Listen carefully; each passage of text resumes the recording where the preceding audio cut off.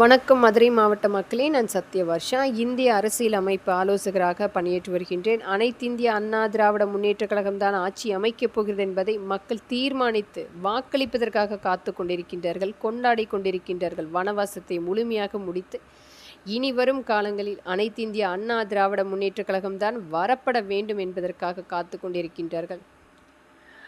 நடக்கின்ற அநீதிகளுக்கு எதிராகவும் மக்களுக்காக துணை நிற்கின்ற ஒரே ஆட்சி அமைப்பு என்பது அனைத்திந்திய அண்ணா திராவிட முன்னேற்றக் கழகம்தான். ஒவ்வொரு இடத்திலுமே மக்களை அச்சுறுத்தக்கூடிய, அதிலும் பெண்களையும் குழந்தைகளையும் குறிவைக்கக்கூடிய இந்த திராவிட முன்னேற்றக் கழகத்தினுடைய 2.0 பெண்கள் மட்டுமே 35,000 பேர் கற்பழிக்கப்பட்டு வழக்குகள் பதிவு செய்திருக்கிறது. 18,000 குழந்தைகள் கற்பழிக்கப்பட்டு வழக்குகள் பதிவு செய்திருக்கிறது. ஆனால் அதற்குரிய முதல் தகவல் அறிக்கை கூட சரிவர பதிவு செய்யாமல் குற்றவாளிகளுக்கு துணையாக நின்று கொண்டிருக்கும் இந்த திராவிட முன்னேற்றக் கழகத்தின் ஆட்சி நமக்கு வேண்டுமா என்று மக்கள் தீர்மானிக்க வேண்டும். ஒவ்வொரு இடத்திலுமே நடக்கின்ற அநீதிகளுக்கு பாதிக்கப்பட்டவர்களுடைய அந்த வழக்கை எடுக்காமல் விரட்டி அடிக்கக்கூடிய இந்த திராவிட முன்னேற்றக் கழகத்தினுடைய 2.0 நமக்கு வேண்டுமா?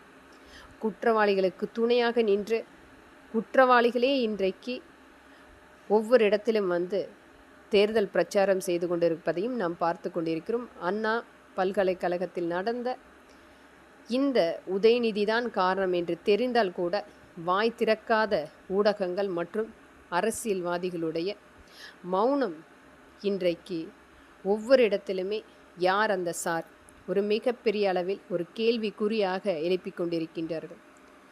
அந்த பாதிக்கப்பட்ட மாணவிக்குரிய கண்டிப்பாக அந்த வழக்கு ஒரு கடுமையாக கொண்டு வந்து விசாரிக்கப்பட வேண்டும். ஒரு அரசியல்வாதியினுடைய பிள்ளை என்று தெரிந்து வாய் திறக்காது இருக்கக்கூடிய சட்ட அமைப்புகள் கண்டிப்பாக மாற்ற வேண்டும்.